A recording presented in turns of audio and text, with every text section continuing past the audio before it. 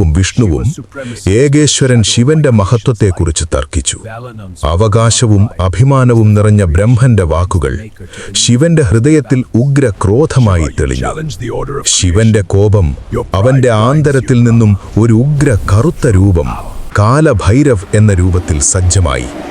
ഈ രൂപം ഭയാനകമായ ആത്മാവും ധീരതയും ഒരുമിച്ചുള്ള സാക്ഷ്യമായിരുന്നു. ബ്രഹ്മന്റെ അഭിമാനം ശിവൻ സഹിക്കാനാകാതെ കലഭൈരവ് തന്റെ വേരുനിന്ന് നിഴലായി ഉദിച്ചു.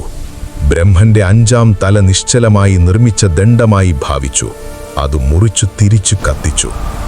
എന്നാൽ ബ്രഹ്മനെ കൊല്ലുന്നത് ഗുരുതര പാപം.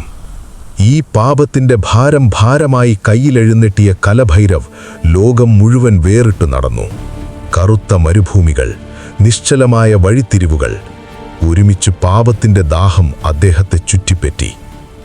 അവൻ കാശി എന്ന വിശുദ്ധ നഗരത്തിലെത്തുമ്പോഴാണ് ബ്രഹ്മഹത്യാ പാപം വിരമിച്ചത്.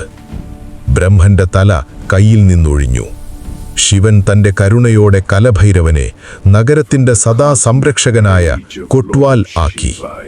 ഇന്നും വിശ്വാസികൾ പറയുന്നത് കാലത്തിന്റെ ഇരുളിനുള്ളിൽ നിന്ന് നടക്കുന്ന പ്രച്ഛന്ന ദൈവം കാലഭൈരവ് നീതിയും ധർമ്മവും സംരക്ഷിക്കുന്നു. ഹര ഹര മഹാദേവ്.